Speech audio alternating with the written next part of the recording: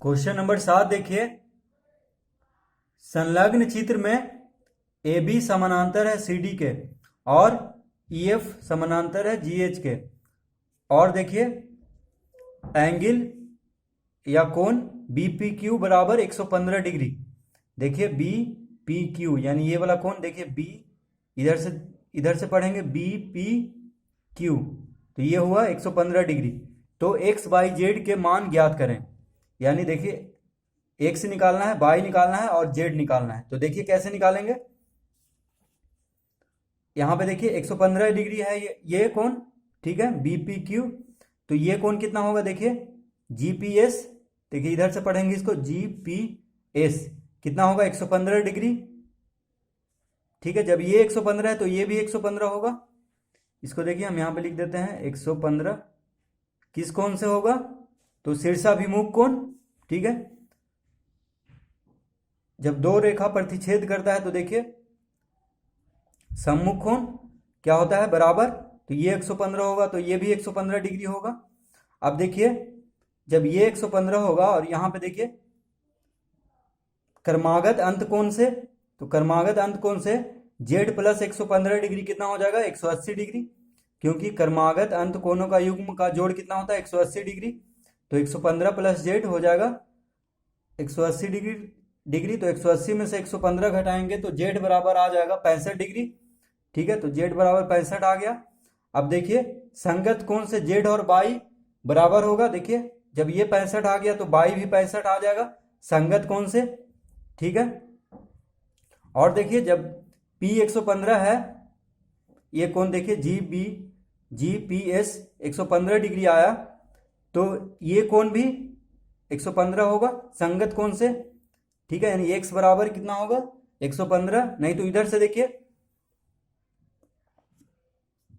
एकांतर अंत कोणों के युग्म से ये 115 है तो ये भी 115 होगा। ठीक है, क्योंकि दो समानांतर रेखा को एक तिर्यक छेदी रेखा, देखिए ये दो समांतर रेखा है, दो समानांतर रेखा है और एक तिर्यक छेदी रेखा है। तो ये दोनों कोण क्या बना रहा है, अंत कोणों के युग्म, एकांतर अंत कोणों के युग्म बना रहा है ये दोनों। तो ये 115 होगा तो ये भी 115 होगा। ठीक है,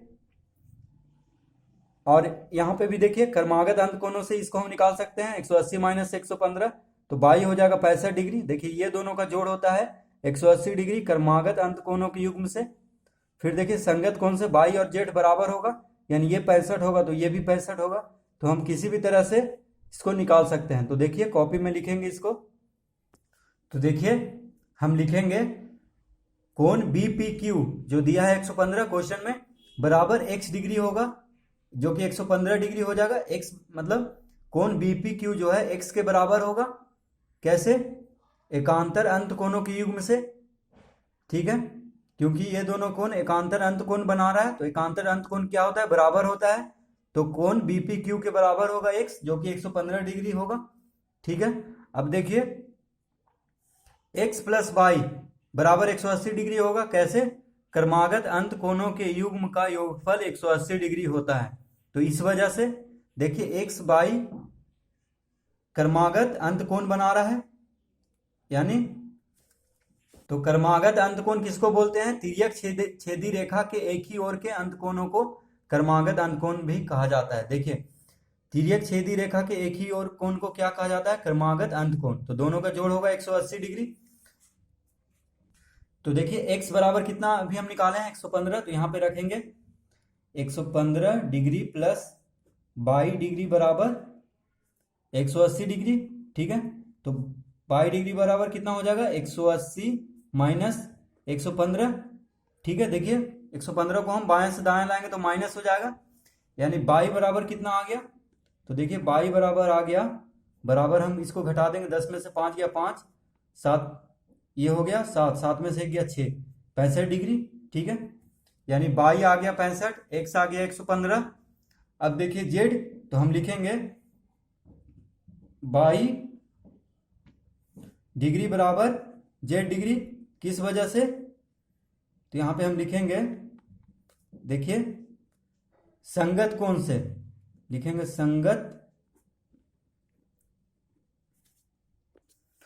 संगत कोणों के युग्म से।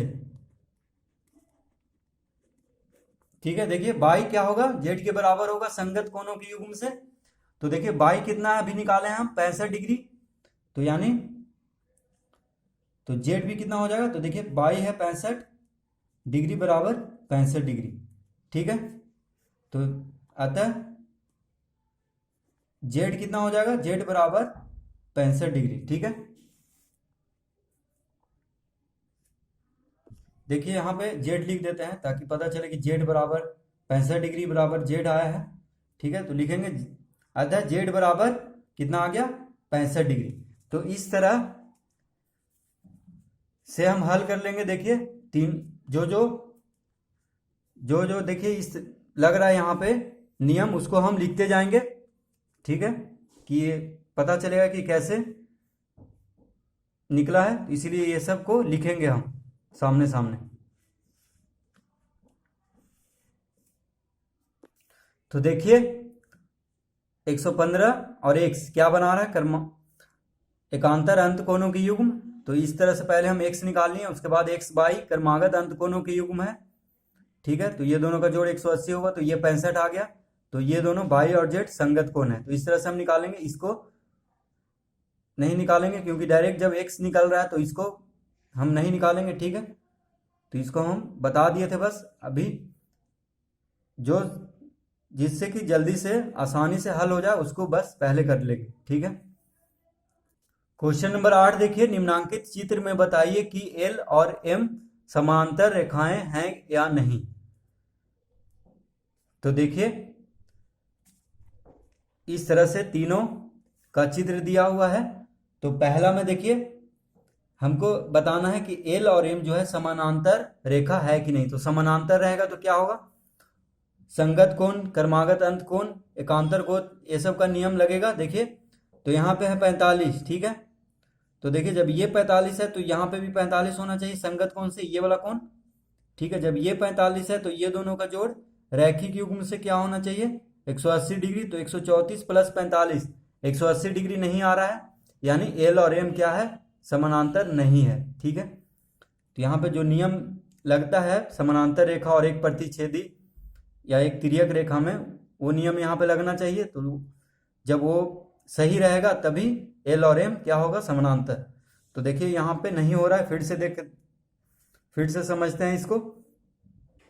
तो देखिए जब ये 45 है तो ये कोण भी यहाँ पे देखिए, ये कोण भी 45 ही होना चाहिए। ठीक है, अब ये 45 जब हो गया, समानांतर रेखा को जब एक तिर्यक छेदी रेखा प्रतिच्छेद करता है तो देखिए संगत कोण से ये दोनों कोण क्या होता है, बराबर। तो जब ये 45 है तो ये भी 45 होगा, जब ये 45 है तो ये दोनों कोण का जोड़ क्या होना चाहिए, 180 डिग्री। क्योंकि देखिए एक सीधी रेखा 180 डिग्री बनाता है, तो दोनों कोण रैखिक युग्म से क्या होना चाहिए, 180 डिग्री। तो 134 प्लस 45 हम करेंगे तो 180 नहीं आएगा। देखिए हम करके देखते हैं। तो देखिए 134 डिग्री प्लस 45 डिग्री कितना आ रहा है, 179 डिग्री। ठीक है, तो 180 आना चाहिए। तो यानी ये इससे पता चलता है कि एल और एम क्या है, समानांतर रेखा नहीं है। अगर समानांतर रहता तो 180 आ जाता दोनों को जोड़ करके। ठीक है, तो देखिए समानांतर अगर रहेगा तो ये 45 होगा, तो ये भी संगत कोण से 45 होगा, और फिर रैखिक युग्म से दोनों का जोड़ 180 डिग्री होगा। तो नहीं हो रहा है, तो ये नहीं है समानांतर, तो पहला में हम नहीं लिखेंगे। दूसरा देखिए, दूसरा में है 35। ठीक है, तो जब ये 35 है तो देखिए ये भी 35 होगा। कैसे होगा, शीर्षाभिमुख कोण से। तो ये भी माफ कीजिएगा 35। ठीक है, ये भी 35 होगा। तो जब ये 35 है तो ये कितना होना चाहिए, देखिए ये दोनों कोण क्या है, क्रमागत अंत कोण है। तो क्रमागत अंत कोणों का युग्म क्या होता है, 180 डिग्री जोड़ करके होता है। तो 145 प्लस 35, देखिए 180 आता है कि नहीं। तो 5 5 10, 4 3 7 1 8, हाँ आ जाता है। यानी एल और एम क्या है, समानांतर रेखा है। तो देखिए इसमें बस देखना है कि जब ये 35 है तो ये 35 होगा, और ये दोनों का जोड़ 180 डिग्री हो जाएगा। तो एल और एम क्या है, समानांतर है, यानी हो गया है। तो यहाँ पे हाँ लिखेंगे दूसरा में।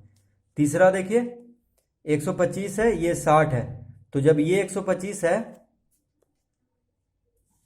तो ये कोण भी 125 होगा। देखिए ये वाला कोण, ठीक है, ये वाला कोण, क्योंकि शीर्षाभिमुख कोण से बराबर होता है। जब ये 125 है तो ये दोनों कोण का क्रमागत अंत कोणों का युग्म है।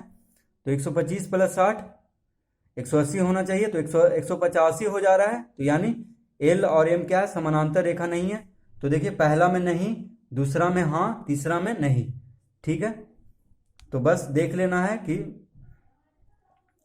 क्रमागत अंत कोण, संगत कोण, शीर्षाभिमुख कोण, ये सब सही अगर हो आ रहा है तो एल और एम समानांतर है, अगर नहीं आ रहा है तो नहीं होगा। तो बस यही देखना है। तो इसका आंसर हम लिख देते हैं कॉपी में। तो देखिए हम लिख देंगे पहला में नहीं, दूसरा में हाँ, तीसरा में नहीं। ठीक है, और देखिए इसको आपको नहीं लिखना है, बस समझाने के लिए था। तो बस आंसर लिख देना है इसमें समझ के। ठीक है, तो इसको नहीं लिखना है। तो ये होगा इसका तीनों का सही आंसर।